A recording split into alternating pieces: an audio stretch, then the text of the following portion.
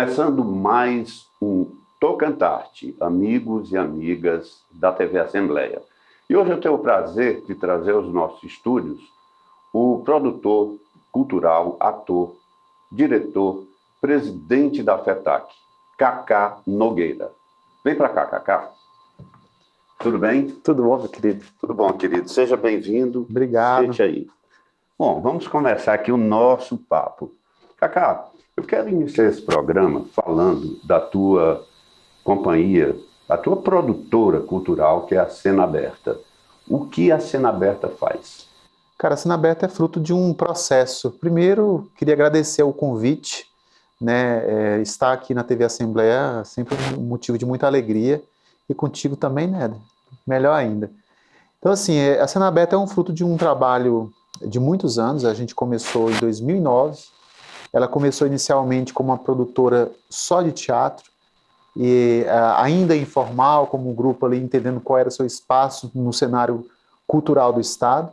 Em 2002 ela se transforma numa associação que agrega ali a produção teatral, mas já começa a beber na fonte da literatura também, sempre pesquisando a base do teatro profissional da caixa cênica, com dramaturgia, né? E ela foi evoluindo.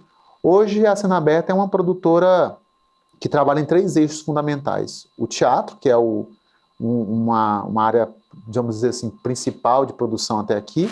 O audiovisual, que a gente começa já há uns 3 anos a migrar a parte da produção para o audiovisual, com participação em curtas e coproduções, né, produção de elenco e tal. E a literatura, a gente já lançou uns 4, 5 livros, já tem outros programados para fazer publicação. Então a gente acaba sendo uma produtora cultural, né, na verdade, que a gente espera que continue nesse caminho de evolução, né? Eu acho isso fantástico. E você citou, além do teatro, do cinema, você citou literatura, e a Cena Aberta já fez também, já produziu um livro de um ícone da educação tocantinense, que é o professor Adão Francisco. Aí eu te pergunto, uma pessoa que tem um livro no prelo, que não é uma pessoa conhecida, mas que tem aquela vontade enorme de ver o seu livro publicado, ver o seu livro nas bancas, nas livrarias, ela pode procurar a Cena Aberta? Como é? Que canal essa pessoa deve tomar para chegar a realizar o sonho, né? Então, a Cena Aberta ela tem uma produção, vamos dizer, independente da literatura. Então, a gente meio que convida algumas personalidades que a gente tem uma relação direta nesse primeiro momento, porque a gente não tem uma equipe ainda muito grande. Então nós produzimos, por exemplo, o livro da Ana Isabel Friedlander, que são dramaturgias curtas para o teatro, ensinando a criança a escovar dente, essa coisa toda. E depois produzimos o livro do professor Ronaldo Araújo, que faleceu em 2014. Ele tem um vasto material de poesias, contos, crônicas, peças de teatro. A gente pegou ali 100 e poucas poesias dele e fizemos o primeiro livro, coisa que ele não tinha feito em vida, né? Sim. E o professor Adão também foi um convite, né? A gente convidou o professor Adão para fazer um livro de poesia e ele junto nos brindou com um livro de educação contemporânea. Então fizemos um pacote com 2 livros e ele já está com vários outros aí para publicar. Então assim, a gente meio que nesse caminho da literatura vai conversando. Então se tem alguém que tem um projeto de literatura, um livro, vamos conversar, né? Se a gente tiver uma ligação poética com a história, se for uma coisa interessante, a gente vai abraçar, com certeza. Isso é muito bom. E por falar em literatura, você foi coordenador do Salão do Livro em 2015. E cadê esse salão? Nunca mais aconteceu? Cara, o Salão do Livro, na minha opinião, é o grande evento cultural que esse Estado produziu.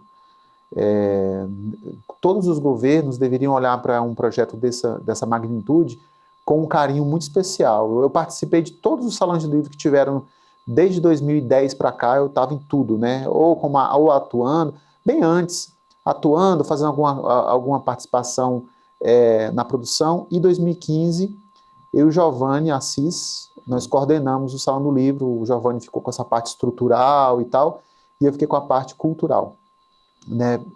Nacional. E como naquela época também foi criada a Secretaria de Cultura, a Secretaria de Cultura ficou com a programação regional. E foi um evento maravilhoso, eu acho que foi um grande evento do Salão do Livro e que foi o último, né? Sim. Então é uma pena muito grande, eu espero de verdade que volte o mais rápido possível, porque o estado do Tocantins merece ter um Salão do Livro, uma feira literária, um evento daquele tamanho é essencial para a educação, para os professores e para a classe artística como um todo, para a sociedade, né? Falando agora no Cacá Nogueira, ator, você acaba de ganhar um prêmio da Fundação Cultural de Palmas, já nessa gestão, né? Conta aí, como é que foi esse prêmio? Cara, foi uma surpresa, né? Me ligaram da Fundação Cultural de Palmas uns 2 meses atrás, dizendo que eu ia ser homenageado, né? Ia receber uma homenagem de um ator tocantinense, palmense, com mais tempo de tela de cinema no estado. Eu achei que era uma piada, falei assim, Eli, que é minha amiga, manda um beijo para Eli. Eu falei, não, claro que não, tem muita gente aí. Ela falou, não, nós fizemos aqui uma curadoria e você realmente está em praticamente todos os filmes que foram produzidos no Tocantins, os curtas, os médias e os longas. E aí a gente não para ver o que a gente está produzindo, a gente vai produzindo, vai recebendo convite, vai aceitando. Gente, eu sou muito fácil de aceitar convite, pode me chamar que eu vou. Com dinheiro ou sem dinheiro, eu vou indo, onde eu puder ir. E aí, assim, eu recebi um troféu de homenagem como um ator com o maior tempo de tela de cinema no último Curta Palmas, e foi um momento de muita emoção e de muito agradecimento. Eu queria agradecer à Fundação Cultural de Palmas, a Eli, né, a presidente da Fundação Cultural, a Zeni, enfim, todo mundo que está ali tem um carinho especial demais pela Fundação Cultural. Você citou um nome muito interessante quando se fala de cultura no Tocantins, e principalmente em Palmas, que é o Giovanni Assis, que foi presidente da Fundação Cultural de Palmas, e eu tiro o chapéu para ele, Cacá, ele fez um trabalho sensacional como presidente da Fundação Cultural. E a nova gestora, ela continua esse trabalho e tem tido novidades? O que é que você está achando dessa nova gestão da Fundação Cultural? Então, toda vez que tem uma mudança na gestão cultural do município, por quê? O município de Palmas hoje, e há muito tempo, se transformou, na minha opinião, um grande farol de gestão cultural para o Estado. A gente viveu anos a fio órfão de um órgão gestor no Estado. Então a capital é esse farol e sempre foi. Então é o único espaço cultural que tem no Estado com a capacidade que nós temos aqui, com teatro, com galeria, com gestão competente, com fundo de cultura, com plano de cultura. Então toda vez que tem uma mudança ali é muito sensível para a classe artística. Então quando foi anunciada a saída do Giovanni e a vinda da nova gestora, todos nós da classe artística começamos a observar por onde iria. A gente estava há 2 anos com o teatro fechado, a gente tinha uma demanda grande da Lei Paulo Gustavo vindo, as conferências de cultura vindo, e a gente ficou tudo apreensivo. Então, a minha opinião nesse momento, que ela está aí nos primeiros meses de gestão, é que ela está dando conta do recado. Né? O Espaço Cultural começou a obra que estava parada, de reforma, é essencial, a acústica do teatro não está legal, a infiltração é perigosa, poderia, né, perder o equipamento. E saiu o Promic desse ano, com valor baixo ainda, eu acho que precisa de uma gestão para esse Promic ser mais potente, né, porque a grande massa de produção cultural, de produtoras culturais estão na capital e na redondeza, não? Então, por mais que a gente pense que é preciso uma política para chegar na ponta, nas pequenas cidades, a grande quantidade de artistas está aqui, né? Então, tô otimista. Mas nós vamos falar, você falou sobre espaço cultural, e no próximo bloco nós vamos conversar mais um pouco a respeito dessa luta da classe cultural aqui de Palmas, mais especificamente, a respeito da reabertura do Teatro Fernanda Montenegro. Hoje eu estou conversando com o produtor cultural, ator e presidente da FETAC, Cacá Nogueira. Nós voltamos já já.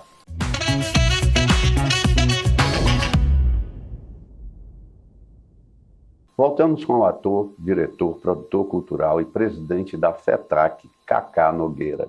Cacá, no bloco anterior falávamos a respeito da reabertura do Teatro Fernanda Montenegro, que graças a Deus agora vai sair. E a Cena Aberta que fez o último espetáculo do Teatro Fernanda Montenegro antes dele fechar. Será que a Cena Aberta vai reabrir esse teatro? Seria muito bacana, seria para nós da Cena Aberta um marco histórico. A gente fez esse marco histórico, que não é de se comemorar, mas que é um marco interessante. A gente estava com o espetáculo Drácula, que é uma comédia, e a gente tinha 10 pautas de apresentação lá e fizemos as primeiras, e aí tivemos que parar a temporada por conta da pandemia, parte do cenário ficou lá um tempo, e o teatro foi fechado e a gente está aí, né? Quem sabe a gente não leva, olha aí, ó, pessoal da Fundação Cultural, leva nós. Oxalá, oxalá, oxalá. Cacá, e você acabou de falar em pandemia, e a gente não pode deixar de falar em pandemia quando a gente fala de cultura, e esse programa aqui, que é única e exclusivamente cultural, a gente tem que falar em pandemia. Como é que você se salvou da pandemia? Você e a Bel, sua esposa, que é a Cacá, para quem não sabe, é marido da Bel Gama, que é um dos ícones da cultura tocantinense, uma excelente atriz. Como é que vocês sobreviveram?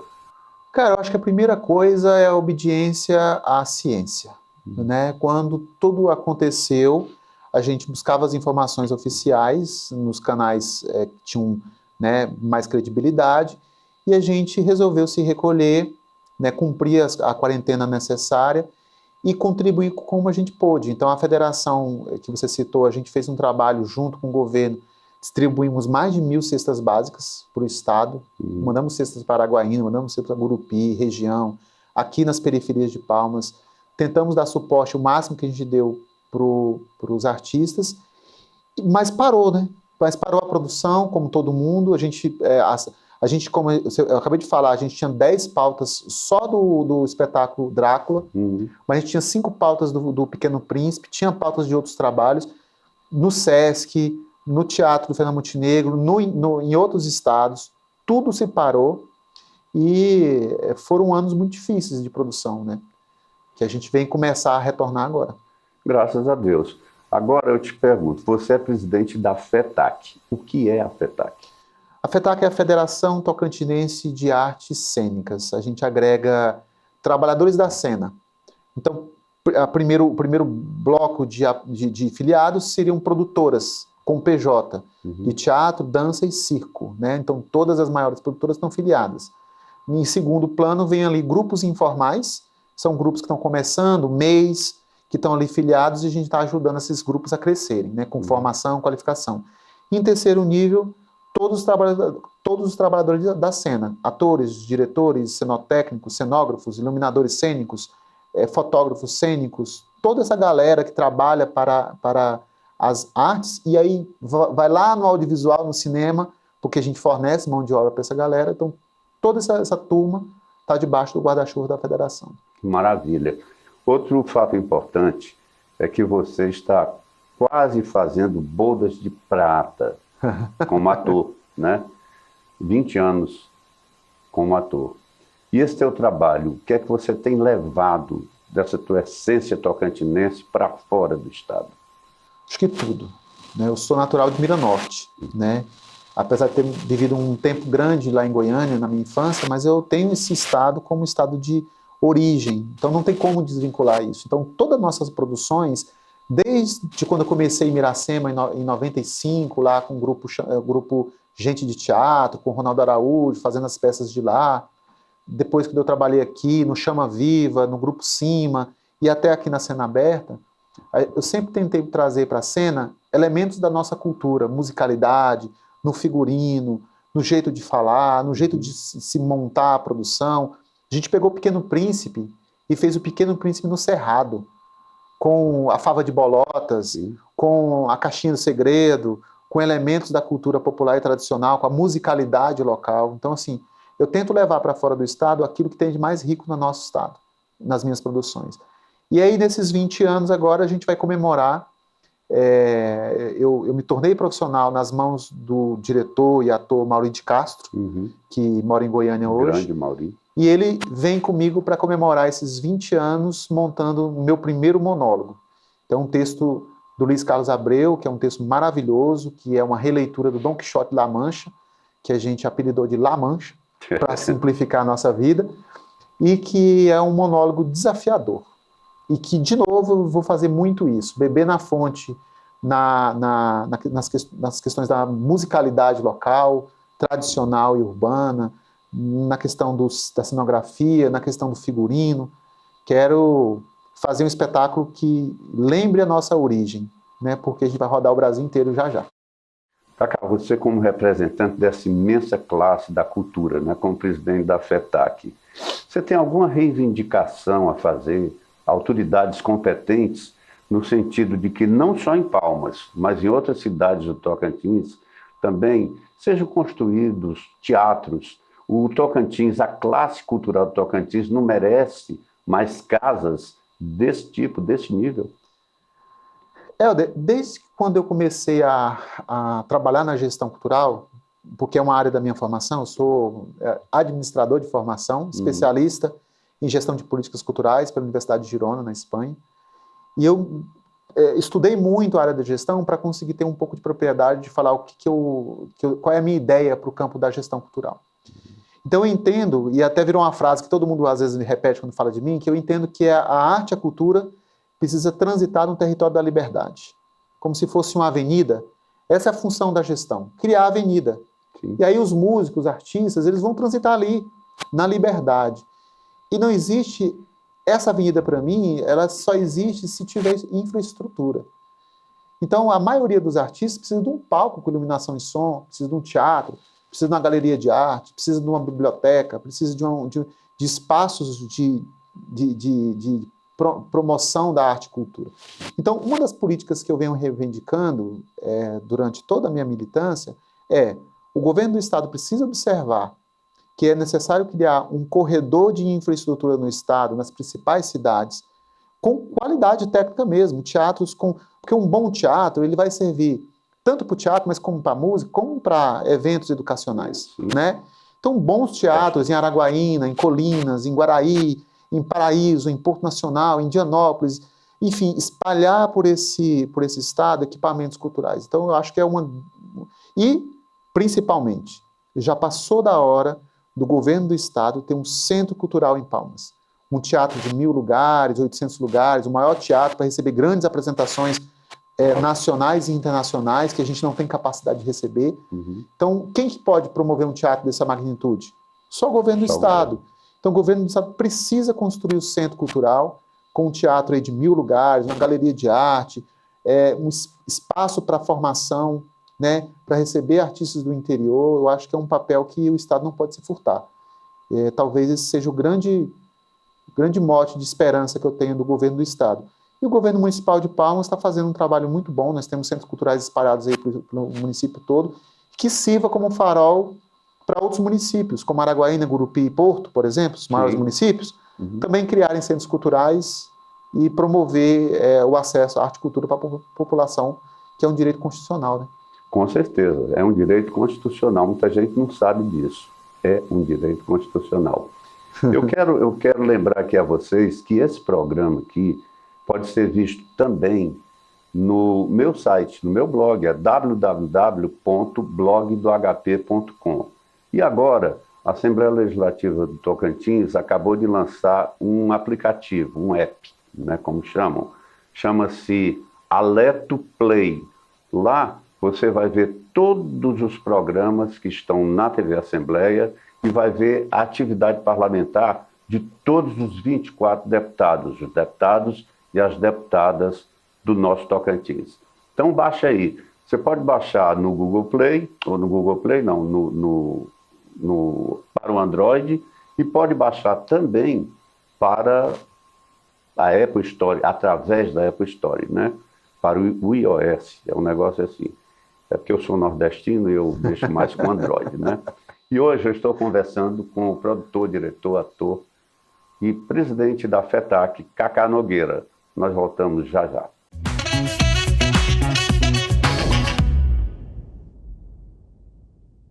Nós voltamos com o convidado de hoje, que é o ator, diretor, produtor cultural e presidente da FETAC, Cacá Nogueira. Cacá, você já foi diretor de cultura do Estado. Hoje nós temos uma secretaria recém, criada pelo atual governo Wanderlei Barbosa. Como que você compara a cultura daquela época com a cultura atual aqui no nosso Estado? Então, eu vejo o seguinte, a atividade cultural do Estado evoluiu. A quantidade de grupos e de músicos e de manifestações culturais evoluíram, né? As culturas populares sofreram muito e a gestão precisa estar atenta nesse movimento que a cultura tem em todo o Estado.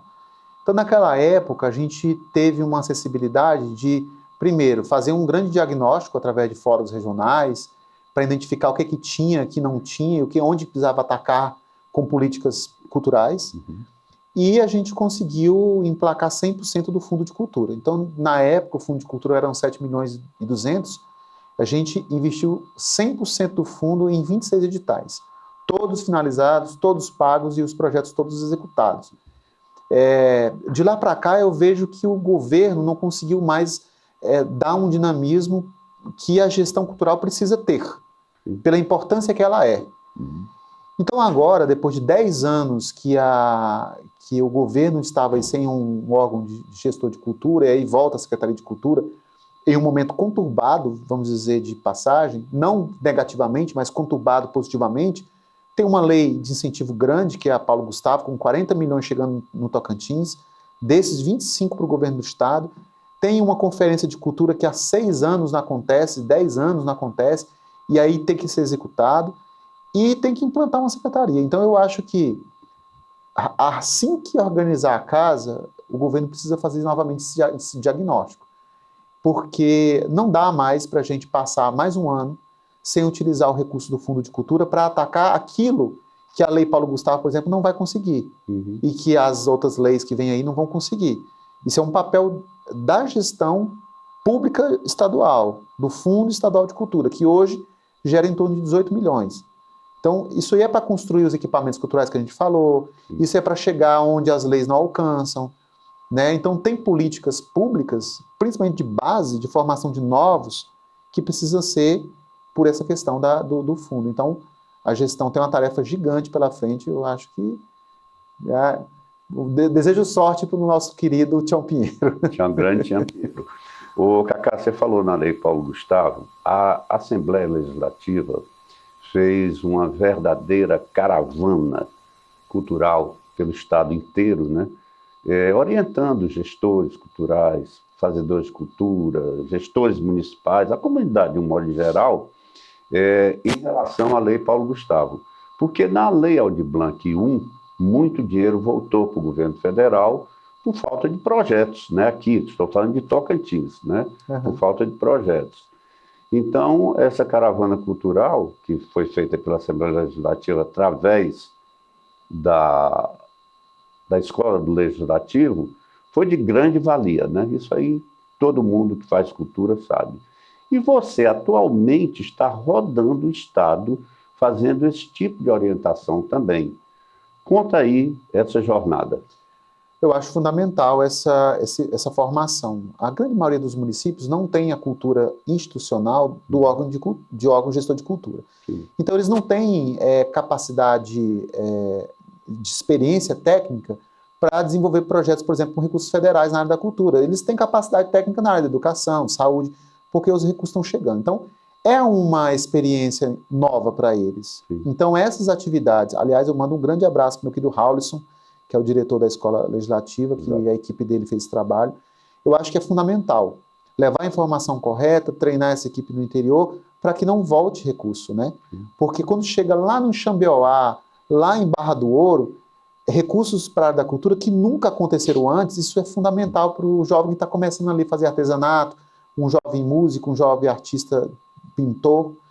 Então esse trabalho é fundamental, eu acho que tem que acontecer. E eu estou dando a minha contribuição, né? Levando o que eu posso de conhecimento dos municípios que eu consigo. Outra coisa, outro fato importante é a questão da Lei Rouanet. Você não acha que os empresários deviam incentivar mais a cultura através da Lei Rouanet? Acho que falta informação e há uma desinformação.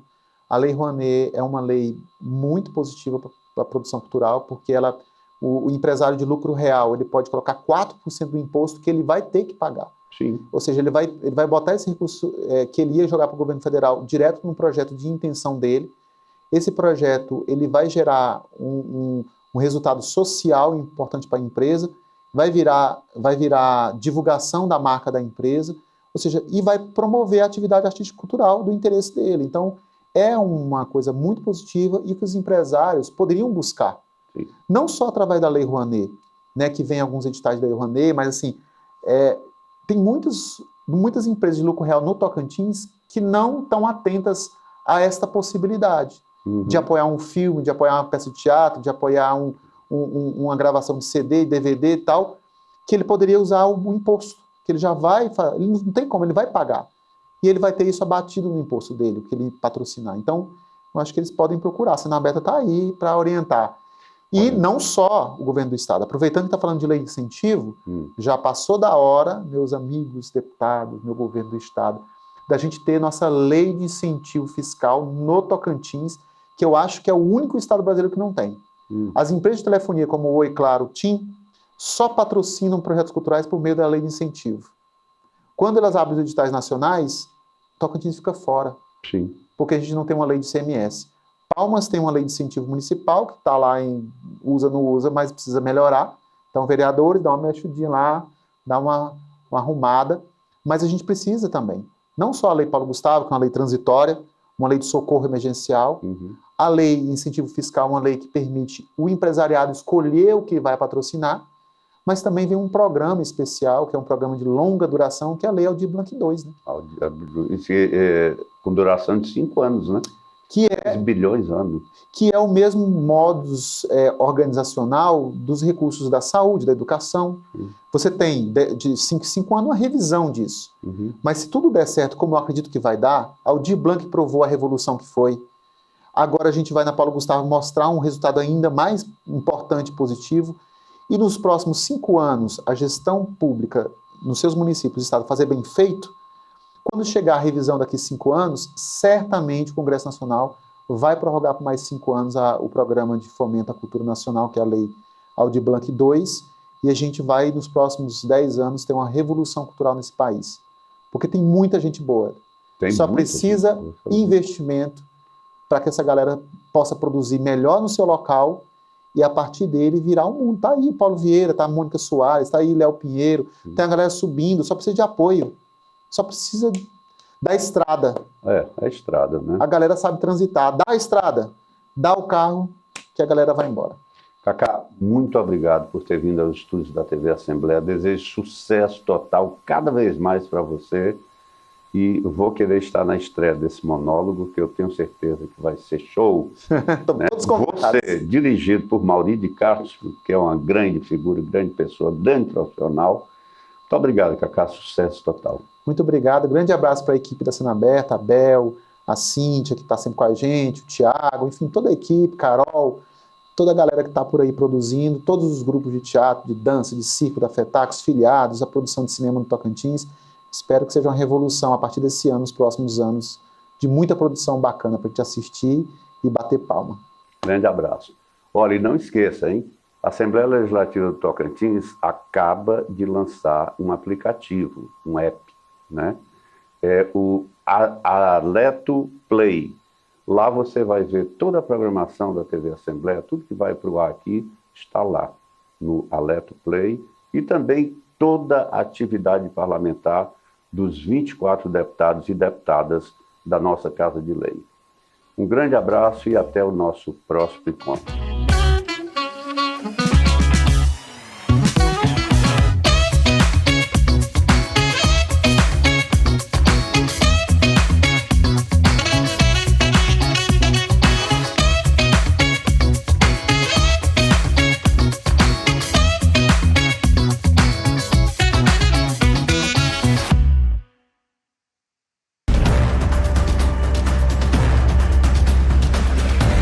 TV Assembleia do Tocantins, uma emissora da Rede Legislativa.